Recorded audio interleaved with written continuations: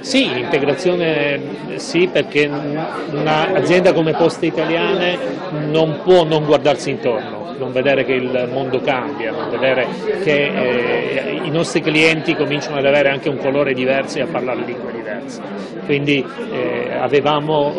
vogliamo accompagnare il Paese verso il cambiamento, e accompagnare il Paese significa anche migliorare la comunicazione. Quindi qui all'interno di questo ufficio troverete dei colleghi che parlano l'arabo, che parlano l'albanese, l'inglese, il francese, l'italiano, perché non veniamo mai meno alla nostra caratteristica. È un normalissimo ufficio postale, fa i servizi di un normale ufficio postale, però miglioriamo la fase di comunicazione, sia dal punto di vista visivo, con tutto quello che vedete in termini di allestimento, sia dal punto di vista delle persone che parleranno lingue diverse.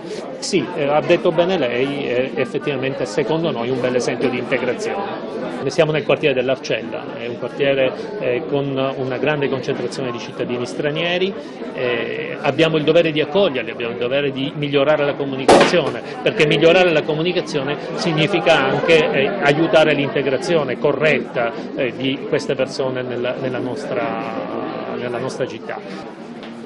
Da un po' di tempo che frequenta anche questo ufficio postale, l'accoglienza era sempre alta, però ora con questa integrazione è una cosa che bisognerebbe emulare non solo nell'ufficio postale, ma anche nelle banche, nel comune e in altri posti di lavoro, perché sentirsi integrato è sentirsi utile.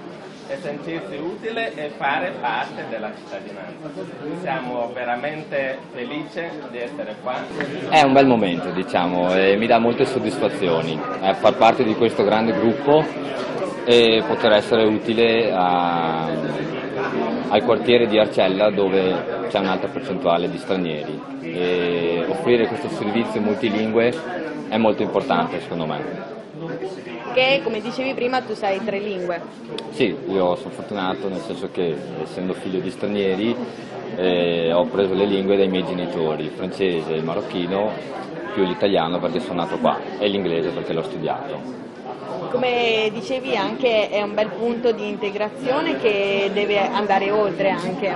Sì, diciamo che il servizio multilingue di Poste Italiane deve essere il punto di partenza per creare integrazione in questo quartiere, e quindi lo strumento giusto a parere mio, sperando che possa dare i suoi frutti nell'arco del tempo.